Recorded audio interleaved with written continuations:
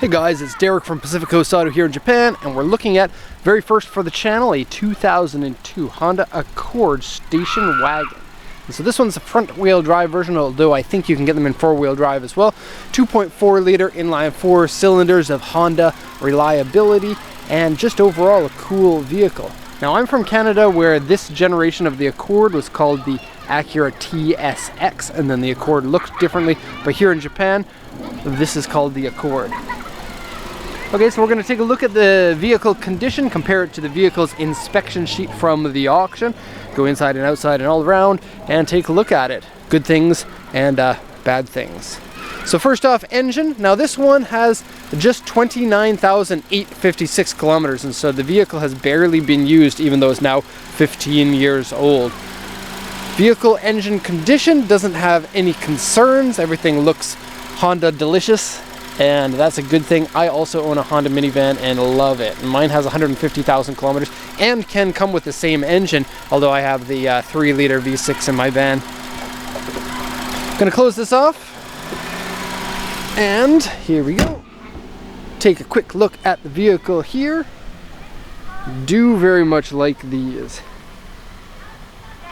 And this one seems to be in pretty good condition. Now first off, I'll go over the auction sheet and then we'll talk about the condition of the car, so bear with me while I translate this one. Okay, so it's 2002 Accord 5-door wagon. Exclusive package is what they call this one. I guess that's just like, probably comes with a touch screen inside and the reverse camera and all of that stuff. Just a trim level package. 2.4 liter 4-cylinder automatic transmission, power steering, power windows, alloy wheels, airbag, ABS. This is an auction grade 4 with an interior B and an exterior B. Okay, 29,856 kilometers. Here's the sales points from the seller. Windy day. Whew. So it's a dealer trade-in, first time that the vehicle's been at auction. Toll collection box, comes with tinted windows, auto lights, so like the auto headlights will come on whenever you want them, same as my van, and it's awesome. It's good. Driver's power seat, I've checked it and it does work. Reverse camera, steering wheel switches, and signal lights in the mirrors here. Okay, and let's take a look at the auction inspection report. So exterior has various scratches and dents, door mirror scratch, windshield rock chip, interior dirty, seat dirty, trim scratch, steering wheel grip has wear on it. And then looking at the diagram here, we have this is the right side of the vehicle, has 3 repainted panels. It looks like repaint was done fine. I don't see any concerns with that. And then just various small scratches and small dents on it. Now that's what the report says. The vehicle has kind of one big problem that was not mentioned on there, and it's that the paint condition, not that the paint condition is damaged, but it hasn't been waxed in a long time, and so because of that it's going to need a lot of work to kind of get it back into a nice shiny condition. There are a lot of small scratches on it, but further than that there's kind of like rain damage. You can see around here, actually on the front is the best example I think, so I'll show you that. So look at how around this it's not completely black around there, and so that's a buildup of the contaminants that come with the rain, and it can be very difficult to get off. Now you do want to be careful about that, because if you just take a polisher to it and just start polishing, there's a good chance you'll burn right through the paint. And so, like I mentioned in the other video that comes with this report, do be careful if you're going to do it yourself. It's probably a good idea to measure your paint in areas before you get too aggressive with your polishing. And especially the hood and the roof have a lot of contaminants, probably things that are dropped on it. And then take a look at this one here. Now that's not mold, that's just kind of like the UV protection has come off and time has done its thing. Now other than that, the condition inside and out is quite good, and you can repair the brokenness with polish. And when a vehicle is 15 years old, it probably is in prime time for a good polish anyway. Okay, so let's do a once around here. I do like the size of these. I like the rear seats in how they do the flip around style thing that they do. Lots of room in the back. Extremely good Honda reliability. I've had my van now for 2 years and have basically done oil changes, and that's it. Okay, here's the profile. I always did like the TSX and the TL from Acura. I think they're good looking vehicles before Honda and Acura started looking a little bit weird, which they do now in my opinion. And I think that Honda is best when they're making simple vehicles. And although this one isn't the most simple of all Hondas, it feels good, it feels right. And I can see myself driving something like this. Taxi, you're on YouTube now. Okay, so that's stock wheels on it. It's 2011 is the tire. They feel like they have at least 80% of their tread, but I don't know. It could be 100%. Sometimes I don't know exactly what level the top of the tire or the new tires are.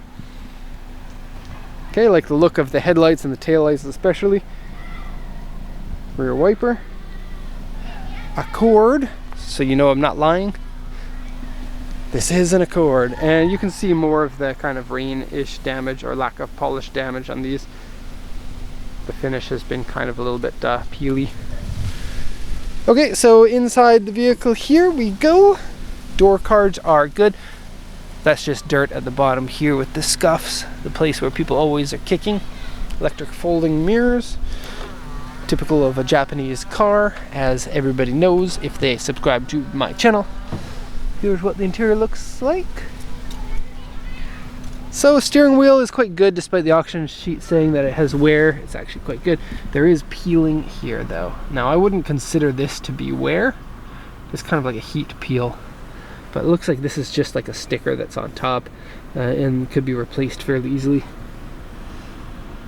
Okay, gauge is pretty standard. AC works really nice and strong.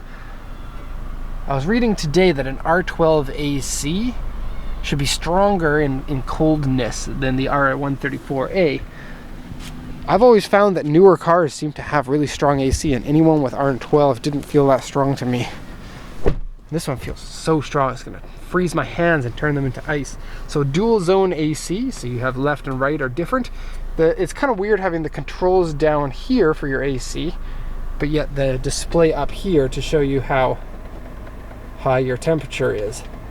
It feels a little bit weird, but with the climate control AC, the idea is to set it to the temperature you like 24, and then just leave it there for good, whether it's winter or summer, and then it will just adjust to AC or heater for you. Okay, so you can choose this one here. I think compared to most touch screens of this era, it's fairly responsive. You also have TV in here, which you could wire some TV in, but outside of Japan you're not actually going to be able to get the TV. Here's the audio button, and we have, let's see, oh, that's all radio set. C, AM, FM, CD.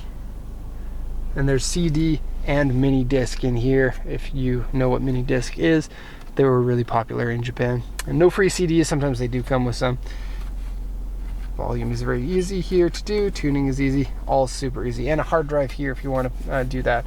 PC card, it says. Okay, don't think that it has been smoked in. The cigarette lighter's never been used. No cigarette remnants. It smells fresh inside the car. Power steering is great. Mechanically, everything is excellent. That pull up there that I didn't mention. Let's see if we can get focus. Maybe not. There's a little pole that's up there that shows you where your corner is, and that goes up and down. So, bye-bye. Hello. Very handy to have, especially in Japan where the streets are super tight. Okay, shifting is super nice. This is super nice. Cup holders are super nice. This one here opens in 2 ways, and that's super nice. Kind of cool that it's got a hole there so you can feed wires through. A place for the sunglass. My wife's always asking me why sunglasses are plural, sunglasses or pants or things like that. The only thing I can say is English is a stupid language. Okay, now about the seats. Now this is the first car I've ever seen this on. A lot of cars, especially station wagons, have this style of seat where these seats here flip up like that so that this one here can go down flat. But usually there's a zip line here, or cord or something, that you pull this out, and then you come up here, and then you flip this one down, and you have to take the headrests out, and that's annoying. But with this one, it's a one-touch thing. You just put your hand in here, you grab the thing, and that flips the seat headrest down, and then when you pull it, watch this. It flips the seat up like that because it has its own little actuating thing here, and then this just goes down. One touch. Very cool. Thank you, Honda. You have made my day. And then go into the back here. This is cool because there is the auto close, and I'll show you how that works in a second. But you can fit, and I'm gonna, nah, I won't take my shoes off. I'm gonna dangle my legs out the back. You can fit at least, ooh, look at that subwoofer. Now my feet are outside. I'm not gonna dirty the interior. I still have another 1.5 feet between my head and the back of the seats over here. And so if you need to, you can sleep in the back. Still has the protective plastic over this section, and so that's good to have. And storage compartments here, you have quite a few. There's one here. There's one on either side here, just small ones. Oh, come on, one-handed.